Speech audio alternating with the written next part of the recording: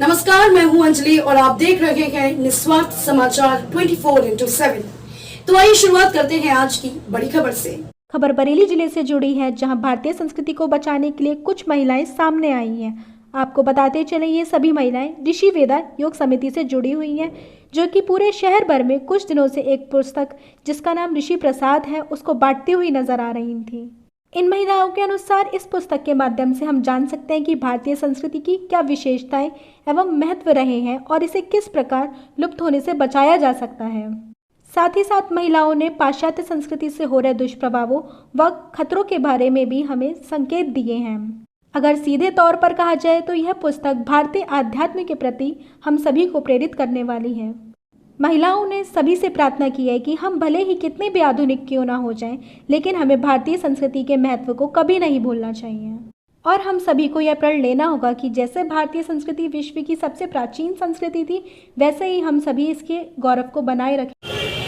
क्या नाम है मैम आपका? मेरा नाम अंजू ओझा है। कहाँ से हैं? बरेली से ही हूँ। हम देखते हैं आप लोग समय समय पर ऋषि प्रसाद नामक पुस्तक का वितरण समाज में करते हैं। इस पुस्तक का वितरण करने का उद्देश्य क्या है? हाँ, हम लोग हर महीने ये पुस्तक पूरे बरेली में ही बांटने की कोशिश करते हैं और हर संभव प्रयास करते हैं कि जितनी ज़्यादा ये पुस्तकें लोगों के पास पहुँचे, क्योंकि ये पुस्तक नहीं है, ये ग्रंथ है, ऋषि प्रसाद ग्रंथ। ये मानव मात्र के लिए ज़रूरी है। जब हमारा स्वास्थ्य सही हो, हम अपने काम में कैसे तत्परता से काम कर सके, और देश जब हम स्वस्थ रहेंगे तभी देश और राष्ट्र की सेवा कर पाएंगे। तो ये मानव मात्र की पत्रिका है, सबको पढ़नी चाहिए। किसी एक धर्म के लिए नहीं है, सबको स्वस्थ रहने के लिए ज़रूरत है। हिंदू, मुस्लिम, सिख, ईसाई सबके लिए।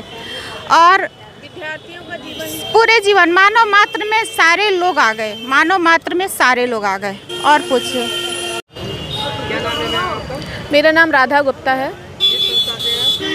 ये श्री योग वेदांत सेवा समिति महिला मंडल से। आप जो समय समय पर ऋषि प्रसाद नामक पुस्तक का वितरण करते हैं, इसका क्या उद्देश्य है? सबसे बड़ा उद्देश्य है कि जीवन सबका, कैसे जीवन का विकास हो, कैसे जीवन की उन्नति हो, चाहे वो विद्यार्थी हो, चाहे वो महिलाएं हो, चाहे वो पुरुष हो, सभी का जीवन उन्नत हो, सभी का जीवन सुखी हो, सम्मानित हो और स्वस्थ हो। यही हमारे गुरुदेव का ये प्रयास रहता है। उसी का हम प्रचार करने के लिए हम निकलते हैं और ये उस पत्रिका के माध्यम से ही करते हैं।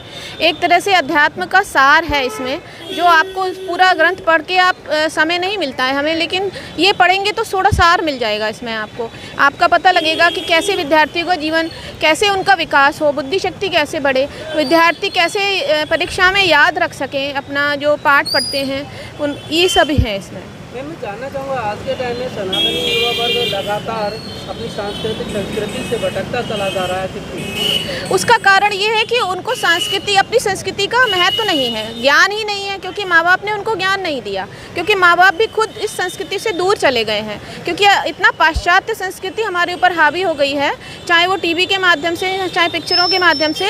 इस वजह से लोग बच्चों में संस्कार नहीं दिए हैं, इस वजह से हमारे बाल संस्कार भी चलते हैं।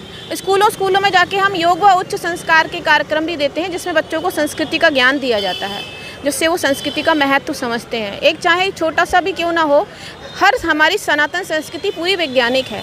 चाहे एक तिलक लगाते हैं तो भी उसका एक महत्व है कि भाई ये तिलक क्यों लगाते हैं, क्योंकि हमारी पिनियल ग्रंथि है, इसको हम जब जागृत करते हैं तभी हम आदमी का विकास होता है, मस्तिष्क का एक विकास होता है। तो ऐसी बहुत सी बातें हैं जो बच्चे नहीं जानते हैं, इसीलिए वो अपनी संस्कृति से दूर